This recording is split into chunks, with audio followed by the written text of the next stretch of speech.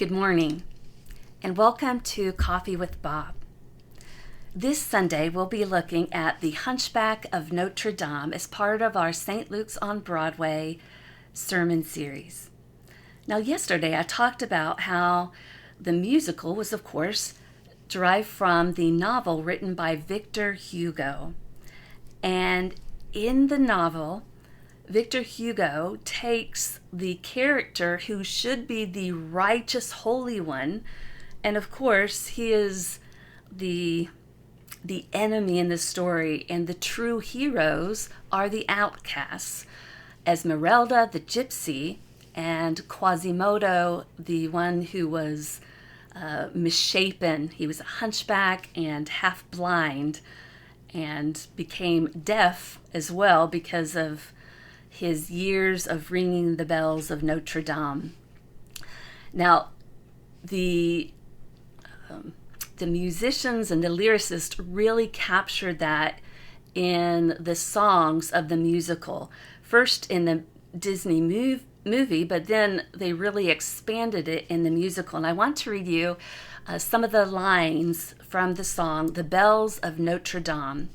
I want to set up the context for you because Frollo and his brother Jehan were actually orphans who were brought up. They were taken in by the church of Notre Dame. They were raised there.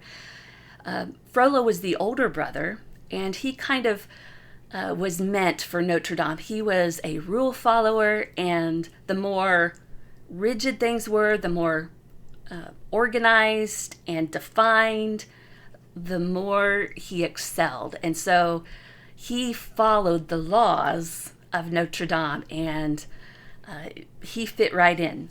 His brother Jehan rebelled, and he became more and more wayward and said that he defied and defiled the laws of Notre Dame. And so at one point, the priest cast out Jehan, and Frollo stays, and he rises through the ranks and eventually becomes archdeacon.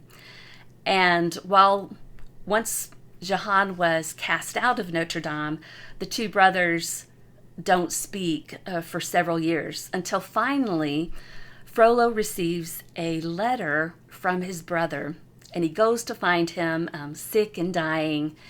And that's kind of the scene for where I'm going to read the lyrics from. And so Jehan is it's a deathbed kind of moment. And he has an infant with him. Frollo's still trying to save his brother. And Jehan says, "It's too late for me,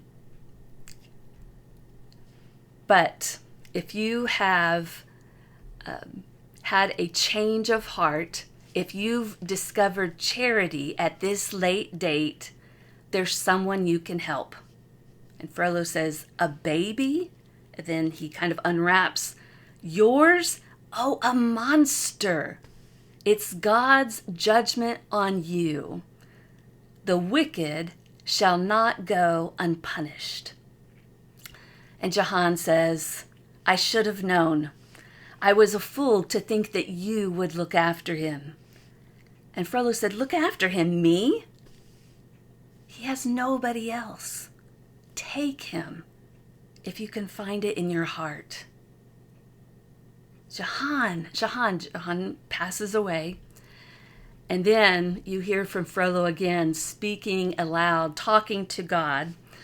"O Lord, you've sent me a test. This child is my cross to bear. I may not have saved my brother, but I will save this thing. See this lonesome creature from whom lesser men would flee. I will keep and care for him and teach him at my knee to think like me." Now, here you have kind of the juxtaposition of the heart of the younger brother Jehan, the outcast, the wayward one, and the heart of Frollo, who is an archdeacon in the church, the one who should be holy and righteous in my sense of the word, righteousness means mercy and love and compassion. Righteous in Frollo's terms means a rigid observance of the law, unyielding. And so right from the beginning, you see Jahan reaching out with compassion.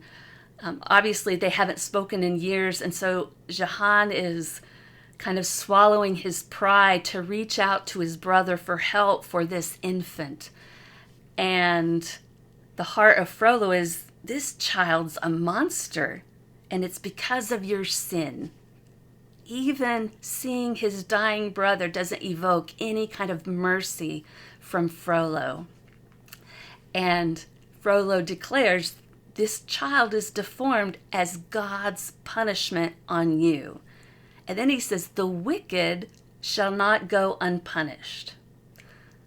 Now, think of that statement for a moment, that God is inflicting this child with terrible deformities because someone else sinned.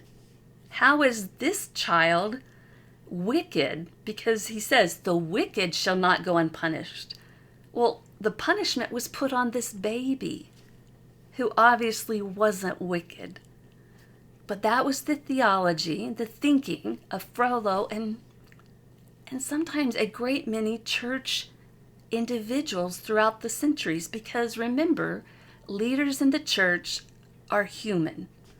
They are flawed, sinful creatures. We all need Jesus in our lives. We've all fallen short of the glory of God, and we get things wrong. And here, Frollo, who should understand mercy and grace, gets it really wrong.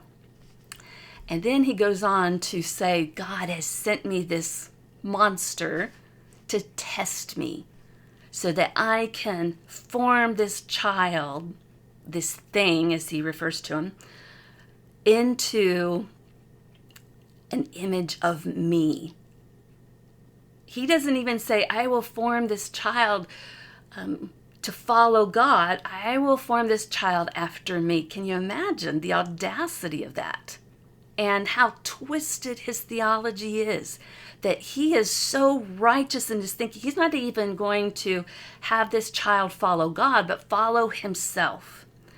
And then, as the song says, that the congregation, the chorus, sings, and Frollo gave the child a name, a cruel name that means half-formed, Quasimodo.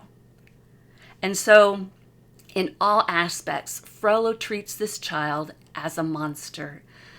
Now, there are people today that still have that kind of mindset, that God inflicts punishment to test us. God inflicts tragedy to test us in life. Think about what that says about God. Now, a correlation of that kind of idea would be to tell my two children, Hannah and Brooks, say that, God forbid, Hannah got in some terrible car accident. And so someone told Brooks that your mom caused this car accident because everything happens for a reason, and your mom caused it to teach you to have faith during tragedy, to test you. What would that say to Brooks about me? It's ludicrous. And to say that about God? God is all loving and compassion. God is our source of love and mercy and grace. Come to the end of the song, The Bells of Notre Dame, and the chorus sings, now here is a riddle to guess if you can. Sing the bells of Notre Dame. What makes a monster and what makes a man? Frollo called the infant a monster because of his deformity. But we know that Frollo was the real monster because he had a heart that was blackened and hardened and rigid. And the child Quasimodo, because he had a heart of empathy and compassion and love, he was the true man of God. We are called to be people of God with hearts that are warm and full of God's love, yielding to show grace, and we can't allow them to become rigid and judgmental. I hope that you will be there in worship on Sunday to hear the message of how God's love is for all people. And we are called to help people be molded in the image of Christ, to first know that they are loved beyond measure by God, and then to go out and share that immeasurable, merciful, gracious love of God with others. That's the love that God has for you, and it's the love that God calls you to share. I hope you have a great day.